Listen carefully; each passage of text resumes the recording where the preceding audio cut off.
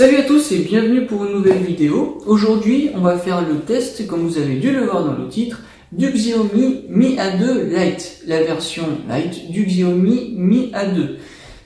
Celui-ci est particulièrement intéressant, déjà parce que c'est la version allégée et donc est moins cher, il est à moins de 200 € pour de bonnes caractéristiques techniques, et c'est ce qui fait que je vais vous partager mon expérience depuis quelques jours avec ce téléphone qui, franchement, vaut le coup. Et ça, on va le voir tout de suite ensemble dans ce petit test. Et voilà, on est donc parti pour notre test. Donc sur ce téléphone, il faut déjà savoir plusieurs choses. Donc on peut constater qu'il y a plusieurs versions. Il y a la version comme la mienne, 3 Go de RAM, 32 Go de stockage. Alors est-ce qu'on peut le voir sur la boîte? Je crois bien, voilà. En gros, en plus, 3 Go de RAM et 32 Go de stockage. Il existe en 4 Go avec 64 Go de stockage. Ensuite, c'est la version globale. Et vous verrez tout à l'heure que ça peut avoir quelques petites surprises sur certaines applications du fait qu'elles peuvent être en anglais. Pour ne rien dire, notamment Facebook. Alors pourquoi j'ai choisi ce téléphone? Alors déjà pour son prix, comme je l'ai dit, il était en dessous de la barre des 200 € avec d'assez bonnes caractéristiques. En plus, alors c'est aussi mon téléphone professionnel. Et je voulais une bonne batterie, et c'est une batterie en 4000 mAh. On voit que c'est un écran en 5,8 pouces, sachant que comme il y a la petite encoche, quand on regarde des vidéos ou qu'on est en format paysage, eh bien on perd de sa taille.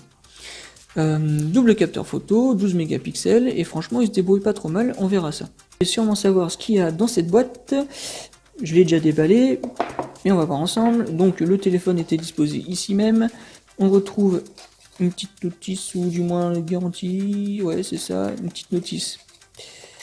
Hop, dedans était aussi fourni une coque silicone.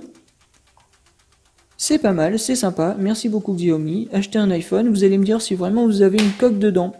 Ensuite on a le secteur en 2 ampères, classique. Le câble, micro USB, un câble qu'on est bien content de voir dans la boîte, sinon ce serait dommage. Et donc le petit pin qui était ici même, qui est là.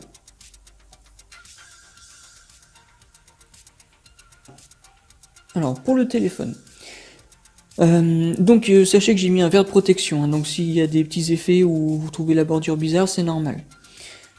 La coque arrière est en métal, avec les deux embouts, mais on ne le voit pas du tout, sont en plastique. Notre reconnaissance d'empreinte digitale qui fonctionne à merveille. On voit bien l'estampille Android One, et que ça ressemble bien en Chine.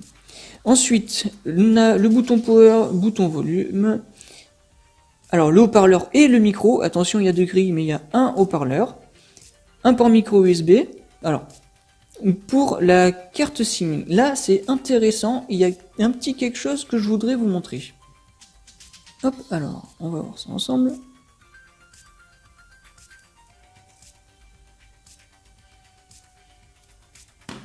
Hop.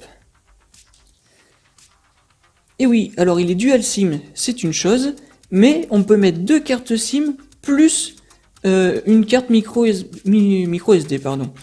D'habitude on peut mettre soit une SIM et une micro SD, et là on peut mettre les deux SIM plus une carte micro SD. C'est vachement intelligent, j'aime beaucoup.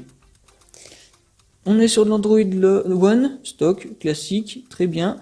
Pas beaucoup d'applications Xiaomi intrusives, il y a juste un petit dossier ici. Voilà, gestionnaire, mi-drop, commentaire. Enfin, voilà. Après, il y a vraiment ici, bien sûr, les applications Google, mais voilà, c'est vraiment pur. Très bien. Ensuite, pour les paramètres, on va faire un petit tour. À savoir que quand je l'ai allumé, j'ai eu une mise à jour dans les minutes qui ont suivi. À propos du téléphone, on est sur l'Android 8.1. Tac. Voilà. Alors, l'écran a une définition de 2280 par 1080 pixels, ce qui est vraiment très bon, c'est de l'IPS LCD, et pour le prix, franchement, je trouve l'écran excellent, par rapport même au LG Q6 que j'avais juste avant. excusez-moi, mais l'écran du Xiaomi est vraiment excellent par rapport à LG. Aussi au niveau photo, Xiaomi sur celui-ci, pour voir que c'est une version light, a vraiment surpassé le LG Q6 sur ma vidéo de test que j'avais fait. Franchement, j'aime beaucoup ce téléphone. On a notre petite batterie 4000 mAh. On voit qu'il est bien réactif. Alors j'avais dit que pour Facebook on pouvait avoir des surprises parce que sur la version globale il était en anglais et ben je mens parce que j'ai sûrement dû avoir une mise à jour, mais on constate que là c'est en français. Donc en fait nos problèmes pour la langue. Ensuite écoutez, ce téléphone est vraiment fluide, même sur les réseaux sociaux ça prend un petit peu de ressources et c'est franchement pas mal.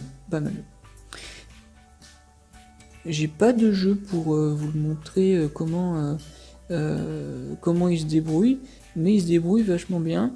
Voilà, je navigue un petit peu, vous allez constater. Sur les réseaux sociaux, ça s'actualise rapidement.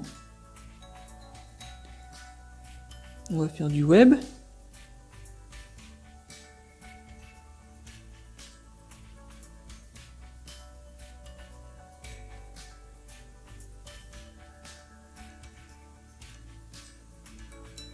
Voilà, aucun problème. Le fait de naviguer me fait penser au réseau. Vous allez sûrement vous poser des questions par rapport aux fréquences. Alors moi je suis chez Bouygues sur ce téléphone et j'ai aucun problème. Je suis en 4G pratiquement tout le temps. Je suis jamais passé en 3G encore. Je sais que les fréquences en 700 MHz avec Free ne sont pas pris en charge, donc ça pose problème si vous êtes chez Free. Mais avec d'autres opérateurs, soyez rassurés, aucun souci, notamment chez Bouygues puisque j'ai pu le tester. Voilà, alors on va passer à la partie photo.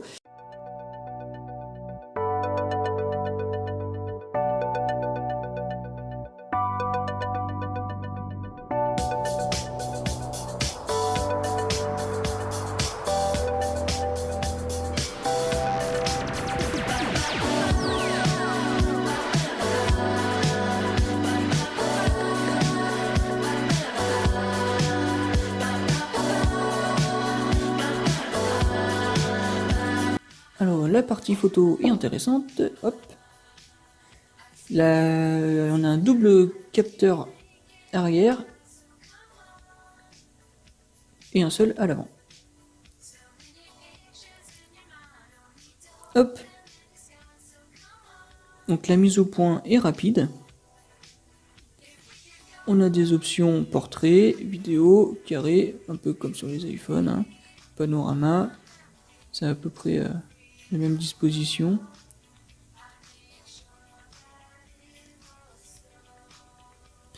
Ensuite, je vais me remettre en photo. On a des filtres.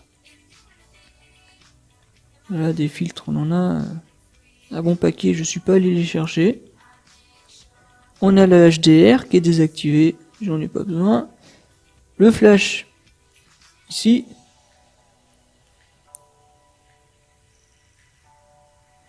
Les options.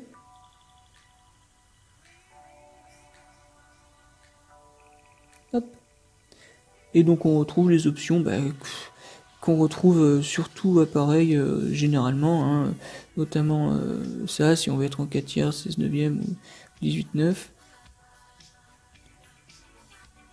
Alors ce qui est intéressant, c'est que je viens juste de constater qu'en appuyant sur la touche volume, on prend la photo, donc c'est pratique quand on veut prendre un selfie. Donc c'est pas mal non plus. Et oui, moi aussi je le découvre en même temps, donc c'est pour ça. J'ai utilisé quelques jours, mais j'ai pas eu le temps de vraiment m'en occuper à fond.